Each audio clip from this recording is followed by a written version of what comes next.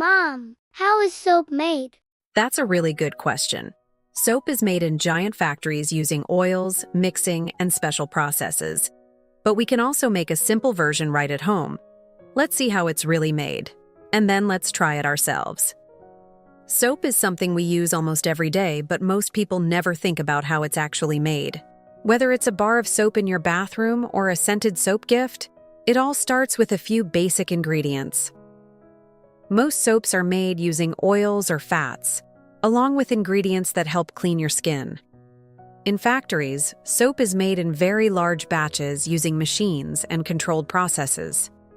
First, oils or fats are mixed together with other ingredients that help create the cleaning effect. Then the mixture is heated and blended until it becomes smooth and ready to shape. After that, manufacturers can add colors, fragrances, and other ingredients to change how the soap looks and smells. Next, the soap is poured into molds or shaped using machines. Once it hardens, the soap is cut into bars and sometimes stamped with a design or logo. Finally, the soap is packaged and sent to stores, ready for people to use every day. Can we make soap at home? Yes, we can, and it's actually much easier than you might think. One of the easiest ways to make soap at home is by using something called a melt and pour soap base.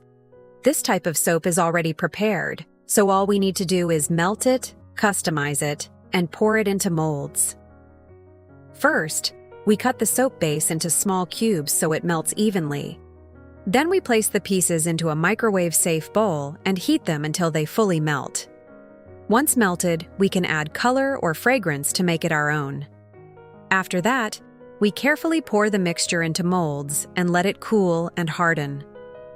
Once it's ready, we take it out of the mold, and now we have homemade soap. That's so cool. It is, and you can make it in different shapes, colors, and scents.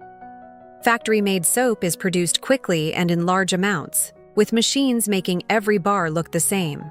Homemade soap is smaller and simpler, but it gives you more freedom to choose how it looks and smells. Both types of soap do the same job, but the process is very different. What should we learn how to make next? That's a great question. Tell us in the comments what we should make next. And don't forget to subscribe to How It's Made at Home.